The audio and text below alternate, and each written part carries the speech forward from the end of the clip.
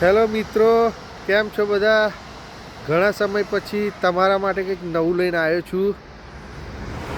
આપણે ભણતા હતા ત્યારે શિક્ષકો કહેતા હતા કે ભણો ભણો, તમે દેશનું ભવિષ્ય છો. હવે ભવિષ્ય એવું કર્યું કે એ થોડું વધારે ભણ્યા ને પાછું ભવિષ્ય બધું વિદેશ આવી ગયું.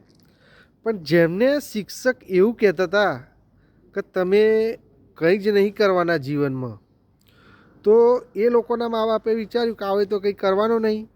તો એમનો ખર્ચો પણ ઓછો આવ્યો, એમને વિઝિટરમાં મોકલ્યા. તો વિઝિટરમાં તો ખર્ચો કેટલો થાય? 2-3 લાખ રૂપિયા. તો એ દર મહિને રૂપિયા મોકલતા થયા. અને જે દેશનું ભવિષ્ય હતું, વધારે ભણેલા એ લોકોએ IELTS કર્યું, સ્ટુડન્ટમાં 20-25 લાખ ભર્યા, પાછા અહીં આવ્યા.